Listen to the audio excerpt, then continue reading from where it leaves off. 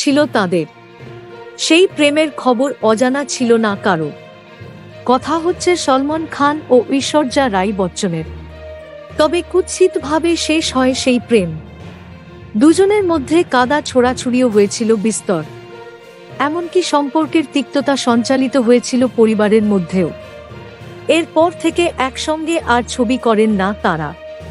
এমনকি মুখ দেখাদেখি বন্ধ। তবে আবারও দেখা হতে চলেছে তাদের।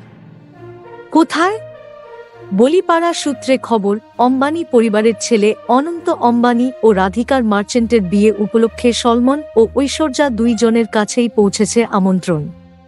শোনা যাচ্ছে হাজির থাকবেন ওঁরাও। মার্চ মাসের 1 থেকে 3 তারিখ অবধি চলবে অনুষ্ঠান। শুধু সলমন খান নয়, আমন্ত্রণ পৌঁছেছে রণবীর কাপুর, দীপিকা পাড়ুকোন, আলিয়া ভাট ও শাহরুখ খানের কাছে। ডাকে সাড়া দিয়ে কারা হাজির হন এখন সেটাই দেখার। কিছুদিন আগেই এক অনুষ্ঠানে ঐশ্বর্যার স্বামী অভিষেক বচ্চনের সঙ্গে দেখা হয়েছিল সলমন খানের। অভিষেক ও সলমন খানের মধ্যে কিন্তু সম্পর্ক বেশ ভালোই। ঐশ্বর্যার সঙ্গে বরফ গলবে কিনা এখন সেটাই দেখার। উল্লেখ্য, মাস কয়েক ধরেই অভিষেক ও ঐশ্বর্যার সম্পর্ক নিয়ে হচ্ছে নানা আলোচনা। শোনা যাচ্ছে তাঁদের সম্পর্ক নাকি পৌঁছেছে তলানিতে।